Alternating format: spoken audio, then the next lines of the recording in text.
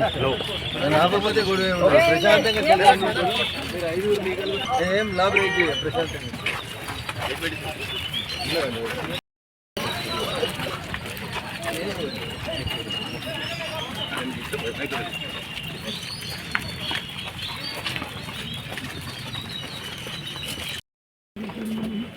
ఆమెకు రాసి మన సివిల్ సప్లై ఇది బాయిల్డ్ రైస్ అని చెప్పండి. గేట్ బయట మాట్లాడండి. ఓకే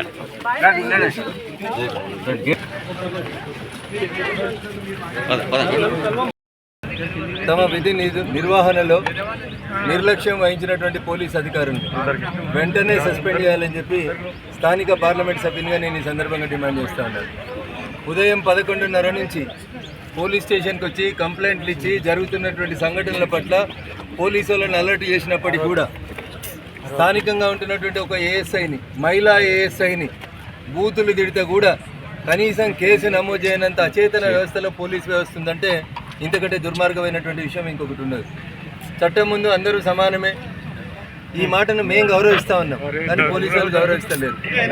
ఎవరి మెహర్బానీ కోసమో, ఎవరి పోస్టింగ్ల కోసమో, ఎవరిని కాపాడుకోవడం కోసమో చేస్తున్నటువంటి కుట్రలు కుతంత్రాలని ప్రజల ముందు ఒక చర్చ ఉంచాలనే ఉద్దేశంతో రఘునందన్ రావు ఈరోజు కోర్టు సమక్షంలో మాట్లాడడం జరుగుతూ ఉంది. సభ్య సమాజం ఆలోచించాలి. హిందువులకో నీతి, ముస్లింలకో నీతి. పోలీస్ అధికారులు కూడా వాళ్ళనైతే పట్టుకురాము, మిమ్మల్ని అయితే పట్టుకొస్తాం.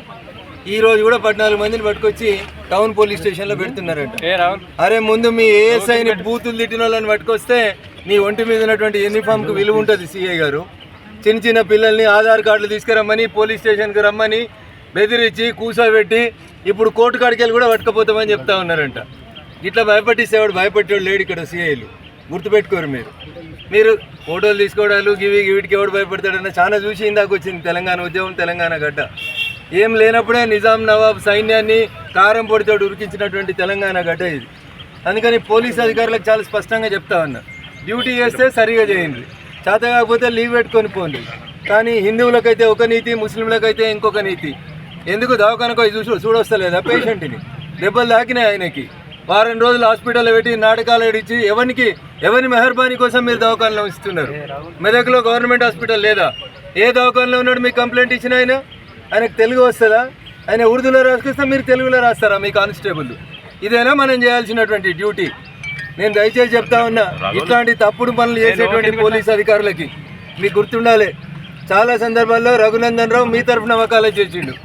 మీకు వ్యతిరేకంగా నేను వకాలత్ చేయడం అంటూ మొదలు పెడితే మీరు ఖచ్చితంగా ఇలా మీరు ముద్దాయిలని చెప్పి ఎవరినైతే ఏడికి పంపిరో మీరు కూడా రేపు ఆడికే పోతారు. అత్యుత్సాహపడకుండ్రి.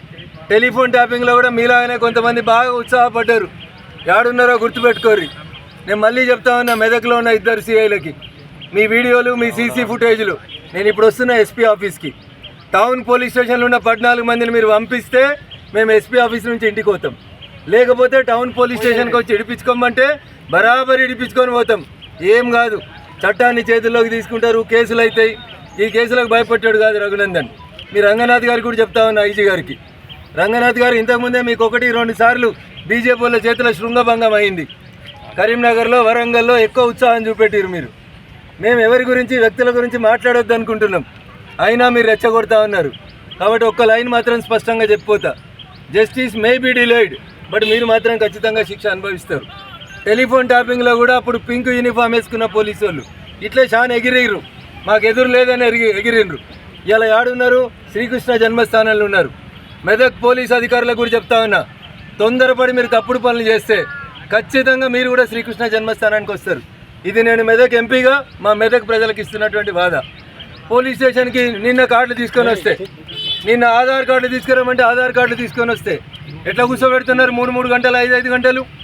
ఏ చట్టం పర్మిట్ చేసింది మీకు? మేము మీకు కోఆపరేట్ చేస్తామంటే ఇంత జరిగినాక కూడా మీరు ఆధార్ కార్డులు తెమ్మంటే తీసుకొని వస్తుంటే సెల్ ఫోన్లు గుంజుకుంటారు. ఏ సెక్షన్ గుంజుకోమని చెప్పింది ఫోన్? ఏ సెక్షన్ ప్రకారం మీరు గుంజుకున్న ఫోన్లను డిపాజిట్ చేయరు? వారి పోదాం మీ ఎస్పీ గారి దగ్గరికి, చెప్తా ఇండియన్ పీనల్ కోడ్ ఏం చెప్తుందో. నేను తప్పు చేసినటువంటి పోలీస్ అధికారులను శిక్షించమని అడుగుతాం. యూనిఫామ్లో ఉన్న ఒక ఏఎస్ఐని, హిందూ మహిళా ఏఎస్ఐని తిడితే రోషమత్తలేదైంది పోలీసు వాళ్ళకి? పోలీసు వాళ్ళని ముడితే తిడితే కూడా అరెస్ట్ చేయడం చేత కాకపోతే బంజాయిని యూనిఫామ్లు పెట్టేసుకొని వెళ్ళిపోండి. చేస్తారు ప్రజలు కూడా పోలీసులను నౌకరీ చేసేందుకు భారత రాజ్యాంగం హక్కు ఇచ్చింది. నేను 2 రోజులు ఓపిక ఉన్నా, సంయమనం పాటించిన దాని అర్థం మీకేదో బాగా తెలుసు మాకేదో తెలియదని కాదు. ఈ సమాజం సామరస్యంగా ఉండాలని మేము కోరుకుంటున్నాం. మేము కోరుకుంటే పరమత సహనం ఉంటుంది. కానీ మీరు చేసినటువంటి కారణాల వల్ల 100% మీరు తప్పులు చేస్తూ ఉన్నారు. ఏదో 10 మంది ఉంటారు, పోనీ వాళ్ళు మనోళ్ళే కదా పోలీసు వాళ్ళు అనుకుంటే ఏదో చేద్దాం అనుకుంటే మాత్రం రఘునందన్ సహించాడు. చాలా స్పష్టంగా చెప్తా ఉన్నా, ఎవరైతే ఆరిఫ్ అనేటువంటి వ్యక్తి ఇంజూర్డ్ ఏ హాస్పిటల్ ఉన్నాడు, ఎందుకు అనుమతిస్తున్నారు మీరు? ప్రైవేట్ హాస్పిటల్ ఎందుకు ఉంచిర్రు ఆయనను? మీరు పోయి చూసి వచ్చిర్రా? గవర్నమెంట్ హాస్పిటల్కి ఎందుకు పంపుతలేరు? ఇంకెన్ని రోజులు ఉంచుతారు? ఆయనకైనా ఇంజురీ ఎంత పెద్దగా ఉంది అంటే గ్రీవియస్ ఇంజురీ తీసుకొస్తే ఆయన దవాఖానలో ఉన్నాడని మీరు రేపు బెయిల్ పిటిషన్ కంటెస్ట్ చేస్తే మా వాళ్ళకి బెయిల్ రావద్దని చూస్తురా? నేను అందుకనే ఇప్పుడు మెదక్ ఎస్పీ గారికి చెప్తున్నా, సాయంత్రం కల్లా ఆరిఫ్ డిశ్చార్జ్ కావాలి, ఆరిఫ్ని తీసుకొచ్చి రిమాండ్ చేయాలి. చెయ్యకపోతే రేపు మీరు పోలీస్ స్టేషన్ నుంచి సీడీ ఫైల్ తీసుకొని వచ్చి కంటెస్ట్ చేసిర్రు అనుకోరు ఎస్పీ గారు. అయ్యా రంగనాథ్ గారు మీరు కూడా వినాలి, మీరు మాట్లాడినరని నేను మీ గౌరవం ఇచ్చి ఆగిన, నేను చట్టాన్ని చేతిలోకి తీసుకోవద్దన్నారని ఆగుతా ఉన్నాం. నేను మళ్ళీ చెప్తా ఉన్నా రంగనాథ్ సార్, కొంచెం వెనుక కొంచెం ముందు మీరన్నా చట్టాన్ని సరిగా పనిచేయించుర్రి, తప్పు చేసిన వాళ్ళని శిక్షించుర్రి.